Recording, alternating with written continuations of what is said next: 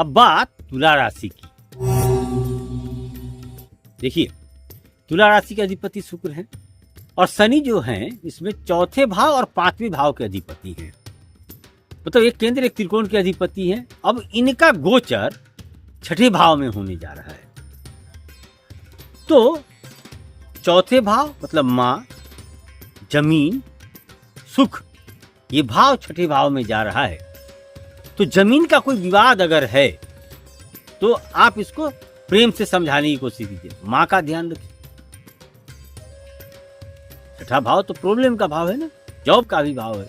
अगर आप जॉब की इच्छा रख रहे थे, अभी तक आपको जॉब नहीं मिल पा रहा था, आप तैयारी कर रहे थे पर रिजल्ट हासिल नहीं हो रहा था, तो ये खुशखबरी आपके लिए है कि 29/2025 के बाद आप जॉब के लिए अगर ट्राई करते हैं तो जॉब आपको मिल जाएगा, कहीं कोई दिक्कत नहीं। ध्यान का रखना है तो माँ के स्वास्थ्य का ध्यान रखना है। कोई घर का कोई विवाद बाहर ना आ जाए, इसका ध्यान रखना है। इनकी 3 दृष्टियां हैं।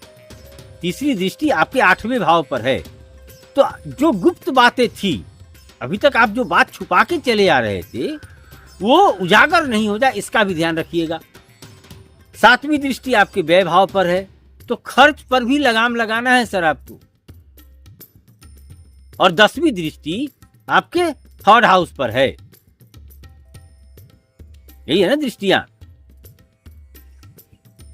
तो बोलने में सावधानी बरतनी है आपको, कोई उलझुल बात नहीं करनी है। तुला राशि आपको ये ध्यान रखना है। खर्च पर ध्यान रखना है। गुप्त बातें जो अभी तक आप छुपा रहे थे वो कहीं बाहर ना आ जाए, इसका भी ध्यान रखिएगा। अगर इन सब बातों का आप ध्यान रखते हैं तो ये गोचर आपके लिए बढ़िया है, कोई दिक्कत आपको नहीं होगा। जॉब के मामले में तो शानदार है, जॉब मिल जाएगी सर, आप ट्राई कीजिए, कहीं कोई दिक्कत नहीं। अब बात वृश्चिक राशि की। देखिए, जो वृश्चिक राशि के जातक हैं, आपसे चौथे भाव में शनि का ये गोचर था, तो ढैया के प्रभाव में थे आप।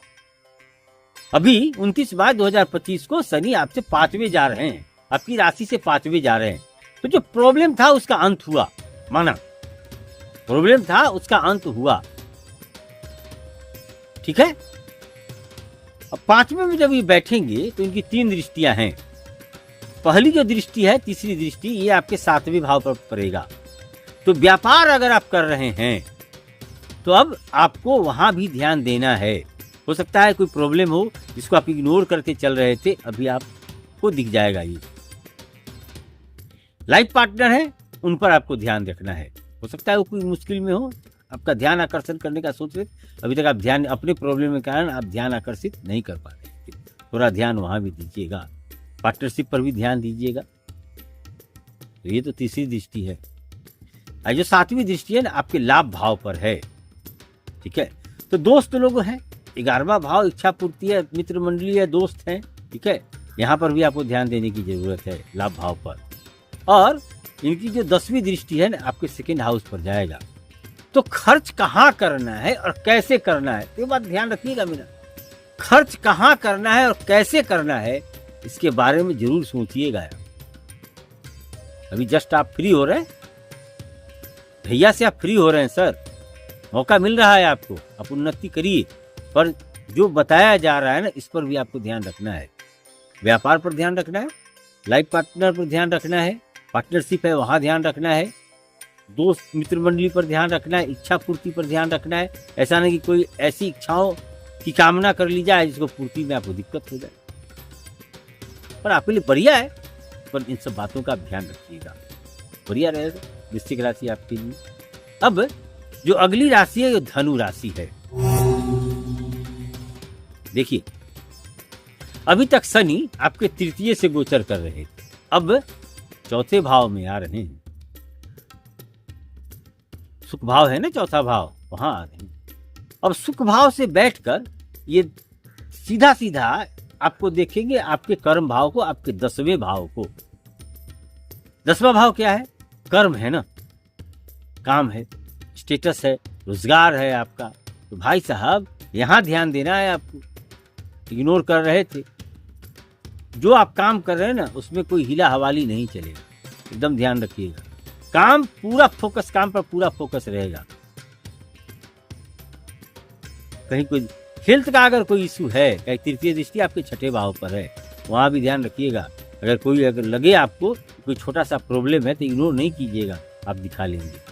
शनि की 10वीं दृष्टि आपके लग्न पर है, तो क्या करेगा? शरीर में आलस्य आ जाएगा।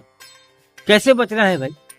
तो सबसे पहले जो आपके लग्नेश हैं, गुरु ना, धनु लग्न है ना, गुरु लग्नेश है आप, तो गुरु के मंत्रों का जाप करिए। एकदम आप शुरू कर दीजिए, 29 मार्च के बाद आप ये स्टार्ट करिए। गुरु के मंत्रों का, लग्नेश लग्न के अधिपति को आप बेहतर करिए। एकदम एक लाइन का बात, लग्न के अधिपति मतलब गुरु को जितना बेहतर करेंगे उतना प्रॉब्लम आपको कम आएगा। और अगर आपने ऐसा नहीं किया, आलस्य आ गया आपके अंदर, तो ये 2.5 साल आपके लिए चिंता का विषय बन जाएगा। एक ही उपाय है, लग्नेश को बल दे दीजिए। प्रतिदिन क्या करेंगे भैया?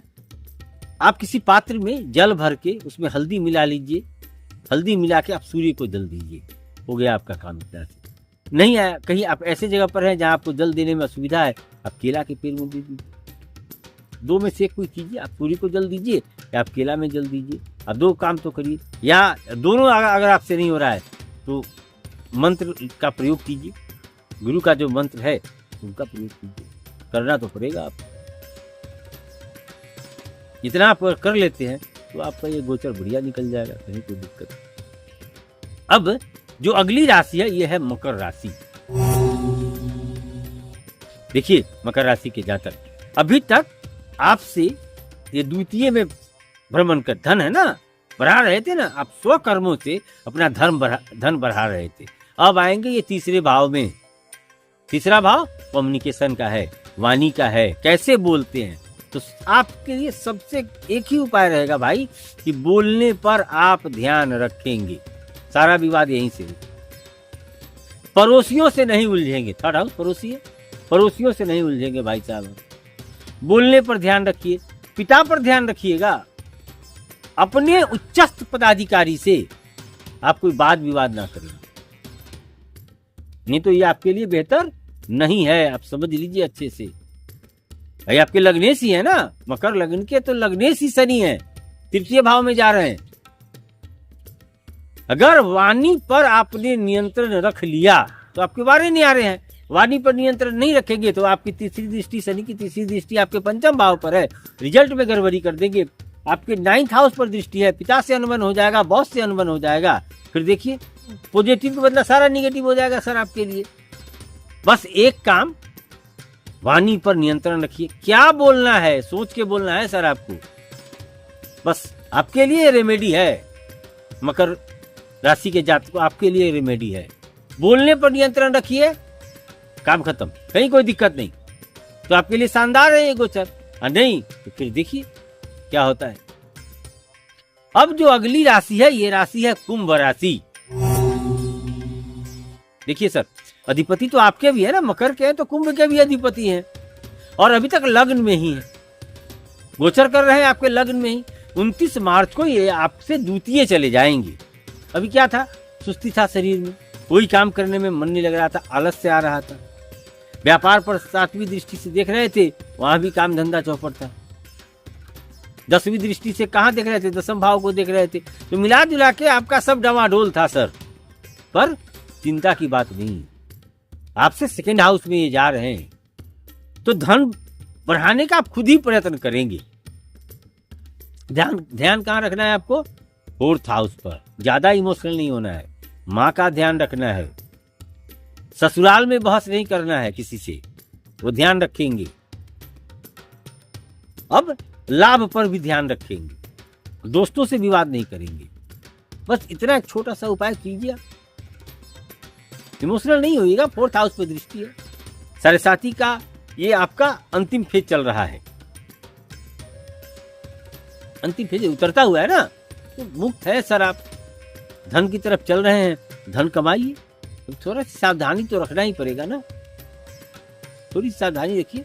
गोचर बढ़िया है, कहीं कोई दिक्कत नहीं।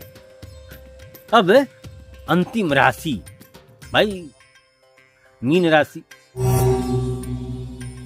आप ही के यहाँ तो जा रहे हैं ना, वो सबको छोड़ के आप ही के पास जा रहे हैं वो। स्वागत कीजिए आप उनका। आ रहे हैं भाई, 30 साल के बाद आए हैं, फिर जब निकल जाएंगे तो 30 साल बाद ही आएंगे। तो कोई मेहमान एक लंबे समय के बाद आपके पास आ रहा है तो चिंता करने की बात नहीं है।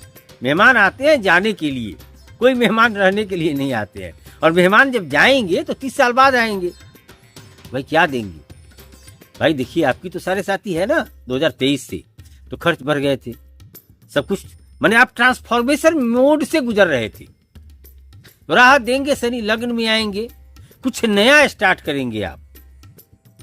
बहुत बड़ा नहीं हो पाएगा, पर नया स्टार्ट। तो जो अंत हो चुका था, एक चीज का अंत हो गया था ना सर, बेरोजगार हो गए थे आप, चीजें अनकंट्रोल हो गई थी, आप समझ ही नहीं आ रहा था क्या किया जाए। तो चलिए, आप पुनः स्टार्ट करने वाले हैं 29 मार्च 2025 के बाद। जब आप लग्न में आपके जब शनि आएंगे तो आप स्टार्ट करेंगे किसी नई चीजों के साथ। ध्यान क्या रखना है? ध्यान ये रखना है कि आपकी 7वीं दृष्टि है ना, वो है आपके 7th हाउस पर। बिजनेस में ध्यान रखना है, व्यापार करना है, पार्टनरशिप पर ध्यान रखना है, शादीशुदा है लाइफ पार्टनर का ध्यान रखना है, पड़ोसियों पर ध्यान रखना है, 3rd हाउस, तीसरी दृष्टि जाएगी ना, वहां पर रखना है, बोलने पर भी ध्यान रखना है, और स्टेटस का भी ध्यान रखना है। स्टेटस इज्जत, 10वां है ना, काम धंधा, उसी से तो इज्जत है हमारा। हम नौकरी करते या व्यापार करते, कुछ भी करते, इज्जत तो हमारा उसी से है, उसी से हम पहचाने जाते हैं कि भैया ये बड़ा बाबू हैं, ये थानेदार हैं, ये एसपी साहब हैं, ये कलेक्टर साहब हैं, ये सोना चांदी का दुकान चलाते हैं, ये एजेंसी है इनके पास, नाम तो ही है ना।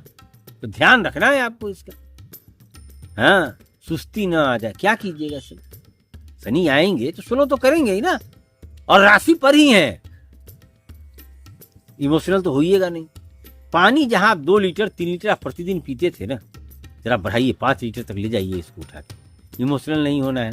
ये बाधा तो आएंगी, शनि आए हैं लग्न में, तो ऐसा नहीं होगा कि आप कोई काम स्टार्ट किया और चलने लगा, नहीं भाई, ऐसा नहीं होगा कभी भी। हेल्थ का भी ख्याल रखना है। हाँ, पर चीजें स्टार्ट हो जाएंगी।